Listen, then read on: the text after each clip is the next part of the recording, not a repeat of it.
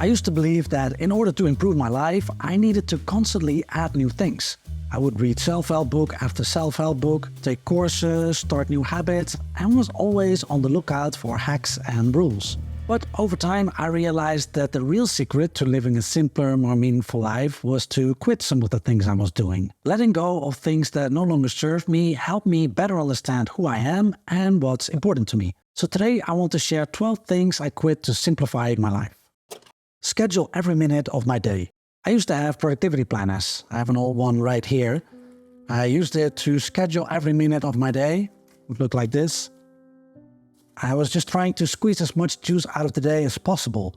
But life inevitably happened, throwing me off schedule. It also took the spontaneity out of my days. I would work on a project just because it was on the schedule, even if I didn't feel like it and it felt like an uphill battle, like a heavy lift.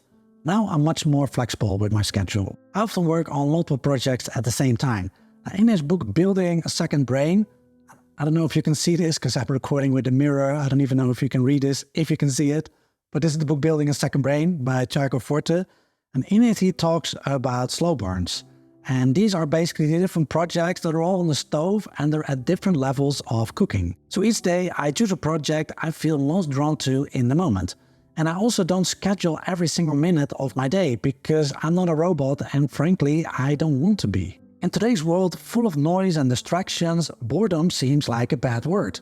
So many people grab their phones the second they have nothing to do, while waiting in line at the supermarket, at the doctor's office, or during a commute. But we need time when our minds are free from the constant input from other minds. Time to be alone with our thoughts and unwind, without media or other content telling us how to feel or what to do. The off switch is as important as the on switch. Finish a book I don't enjoy. After hearing someone recommending it on a podcast, I picked up a copy of Steve Martin's book Born Standing Up. It chronicles his early life, his years working in Disneyland as a teenager, which is really cool, all the way up to when he stopped doing stand-up comedy at the height of his fame in 1981. I wanted to like this book, but the only thing I really enjoyed was the quote at the very start. I did stand-up comedy for 18 years. 10 of those years were spent learning, 4 years were spent refining, and 4 were spent in wild success. So it takes time to master a skill. That's a really valuable insight from someone who was as famous as Steve Martin. I kept reading bits here and there, but I never really got into it. And ultimately, when I was midway through, I decided to just put it away. Reading a book is a time investment, so it's important you pick a book that you think you will enjoy. But even then, you can get it wrong. And when that happens, it's okay to quit. When you quit a book you don't vibe with, you free up time to hit that subscribe button. So go ahead, it's free and it's fun. That's cheesy, right? Is that cheesy? Anyway, let's just move on. You also free up time to pick your next book, and that next book might be amazing. I just finished Into Thin Air by Jon Krakauer, which is about the 1996 Mount Everest disaster where 12 people died. And I couldn't put it down. At times it was almost as if I could feel the ice-cold wind on my skin and the frostbite on my toes. Wait for the perfect moment to start something. There will always be something that's just not quite right. You might think, why would anyone listen to me? I'm not an expert. Or I don't have the gear, like when making videos, like I don't have the professional camera. Or in my case, like I was just recording and then the neighbor started taking a shower and, we can really hear the water running here. It's noisy, it's not quite right. You could think, I just don't feel like it, or I don't have the time. The truth is, the perfect moment is an illusion. When you use it as an excuse to not get started, you end up overthinking everything. And that can lead to a lot of self-doubt. Like I've definitely been guilty of this. First get started, then get better. Once you do, you'll start building momentum. And that's when things often become much easier. The solution to problems you were overthinking often become clear once you start walking the path. I'm very much a perfectionist. And let me tell you, I struggle with this till this day. Once you get started, it doesn't go away. It just shows up in a different form. For me, it shows up as trying to perfect a video that's already good enough. Like more research, more writing, more editing of that writing, and different video editing tweaks.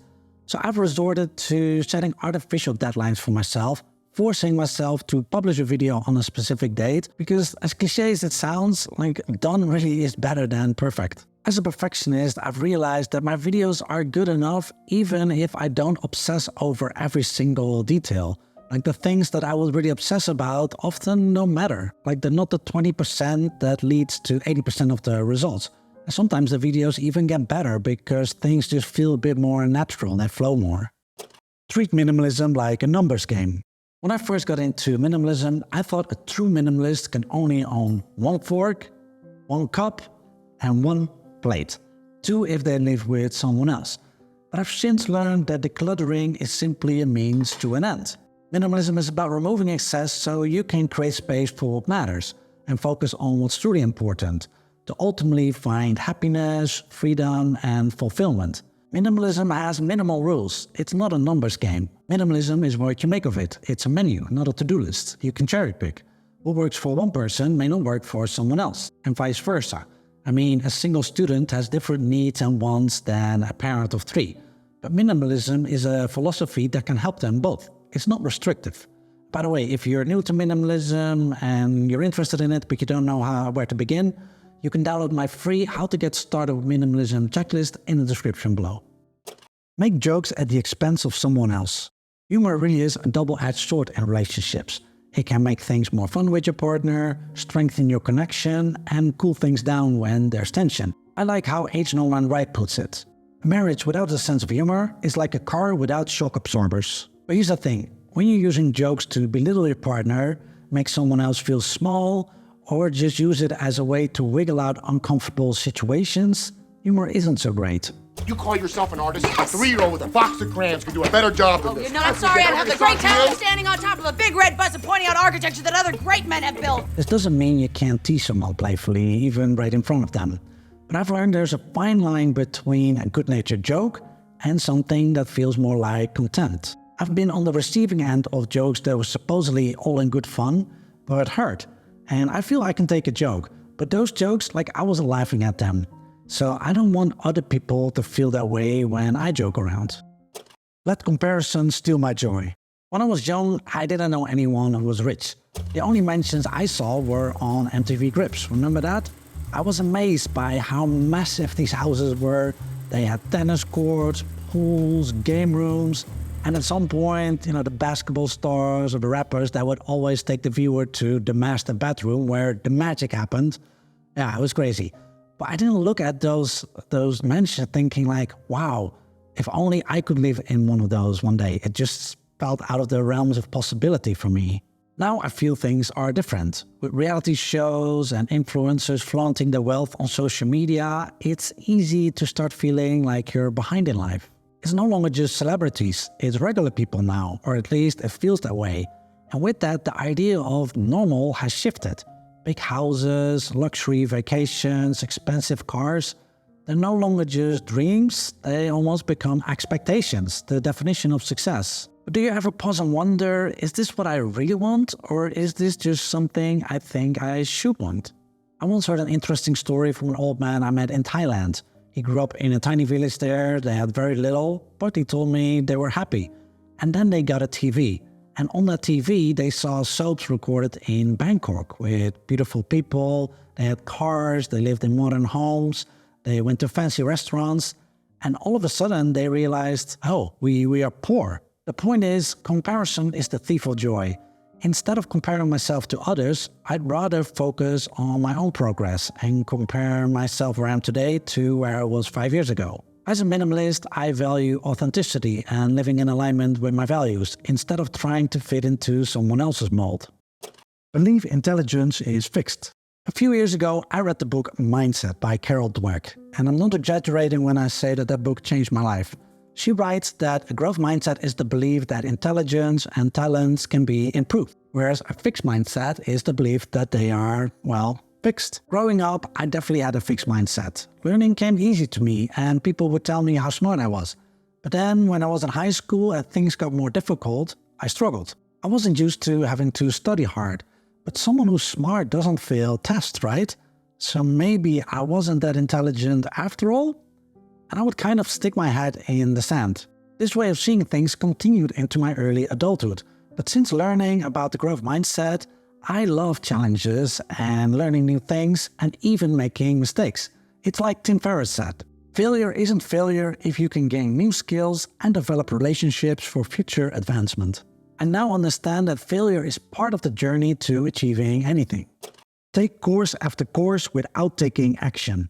One thing I've learned about myself over the years is that my default form of procrastination is not scrolling social media for hours or binge-watching series on Netflix, but it's taking courses and then taking detailed notes. And I mean very detailed notes, because I can feel like everything is important. Years ago, I didn't know what to do for money, and I literally spent a couple of months taking courses all day, living off my savings.